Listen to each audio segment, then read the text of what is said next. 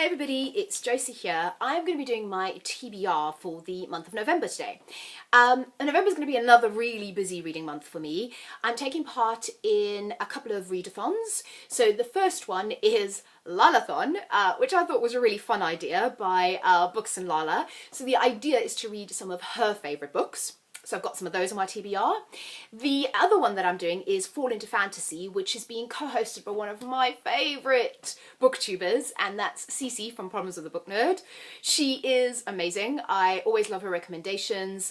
So when I heard that she was co-hosting this readathon, I had to take part.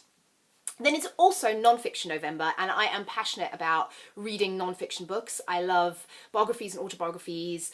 I've actually got a video that I need to put up on non-fiction recommendations, and I'm going to be doing a biographies and autobiographies recommendation video as well. Then I have also got my own personal theme for the month. So what I do is I pick a theme every month, and then I grab books off my shelves that I think will suit that theme. And luckily, the books that I'm picking for Lalathon and also the books that I'm picking for Fallintofantasy all kind of meet that theme, and that theme is dark deeds and dark minds. So I'm kind of taking a bit of a dark turn. I think I've still got that Halloween hangover going on. It's really dark and cold outside today, so it kind of suits that.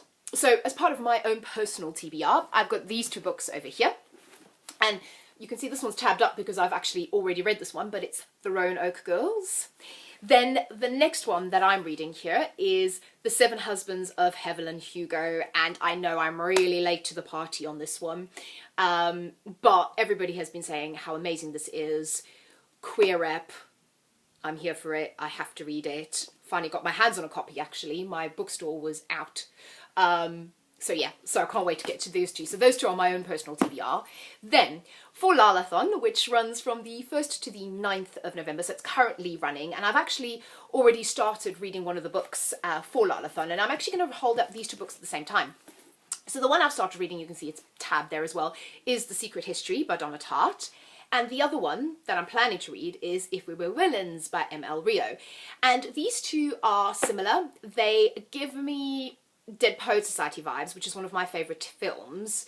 Set at university, which is one of my favourite things as well. So a lot of people really, really love these. Again, I'm really late to the party on these. I seem to have a theme of late to the party books this month. So looking forward to getting to both of these. And this one is shaping up quite well, so we'll see. The next one, this is really ambitious, is All These Beautiful Strangers. It's been sitting on my I love this book, it's really pretty shelf for a really long time, so I get to read this one. Then 6 Stories. This one follows a podcast actually, so it's the idea of a podcast and people telling their stories around a murder, which again gives me serial vibes. I'm a huge serial fan, so this should be really good. The next one I'm planning to read for Lalathon is Beautiful Broken Things. This is around friendship, 3 girls around secrets, and I think it'll be a bit sort of gossip girly, a bit Cruel Intentions-y, that kind of thing, which I love. And then on that same vibe is Girls on Fire, which again, there's a friendship group, there's a mystery, I think how complicated female friendships can be as well. So I think that's really good. Those are a lot of books. We'll see if I get through all of them. Then for Fallintofantasy, I've got this one over here, and again, I know how late I am to the party. This is The Raven Boys by Maggie Stiefvater. This one is actually going to be in 2 challenges for me.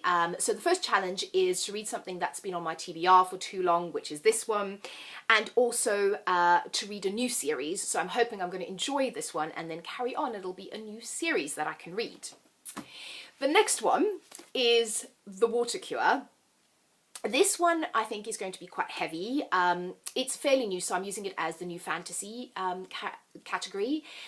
And I feel apprehensive, but I also feel like I really want to read this because I think it really dovetails into the Me Too movement at the moment. A lot of what I'm interested in, female politics, women not having control of their own bodies, that kind of thing. So I think this will be really good.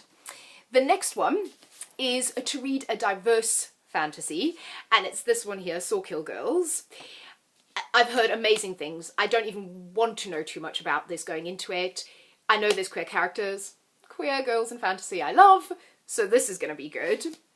And then the last one is to read a LGBTQ fantasy, which actually Sawkill Girls can work for that as well, and a booktube recommended one. So again, Sawkill Girls could work, the Raven Boys could work for YouTube recommended, but I'm actually waiting for a book to come in to my bookstore that I've pre-ordered, and it's The Brilliant Death, and The Brilliant Death is also going to be the buddy read with Cece. So I'm hoping that comes in. If it doesn't, I am going to be reading Bloody Rose as my LGBT book. And this one, the main character here, again, a band of mercenaries, kick-ass mercenaries with queer girls. I mean, come on, queer fantasy, I love it. Then, for non-fiction November, I have four books that I'm trying to get to. The first one is Infinity Net, and this is the autobiography of the artist Yayoi Kusama. I said that wrong, but she is a really interesting lady, and I think this is going to be a really, really good autobiography to read. The next one is Chelsea Girls by Eileen Miles. This one is, it fits into my pastime category. This one here, Infinity Net, is actually going to go into my wonder and wonder category because her art installations are very wondrous. But this talks about life. It's autobiographical, so it's also set sort of more in the past, as far as I know, in the 1970s in New York. So I think this one's going to be really interesting. Eileen Miles is a very interesting lady. Then this one over here, this is a new one that I've been dying to get to. It's Overshare by Rose and Rosie. Now, Rose and Rosie are booktubers. Sorry, not booktubers, they're YouTubers. And they talk about their lives and their relationship and their marriage, and they're married. So this is about sexuality, and this falls into the self category. So for me to read about these two girls and their lives and being open about who they are, this really appeals to me. And then the last one is eating animals. So I am a vegan. This one falls into micro macro. November is vegan month, so I think it's really appropriate to read about what we do to the planet, about what eating animals actually does. I'm very passionately anti-eating animals, so I think this book is going to give me a lot of pause for thought, even more than I already have, and I think it's going to be really interesting. So that is my TBR for November. Wish me luck. I hope I'm going to get all of them. I don't know if I will. We'll see at the end of the month. Have a great November. Happy vegan November, happy non-fiction November, and happy run up to Christmas. And I'll see you all soon. Bye bye now.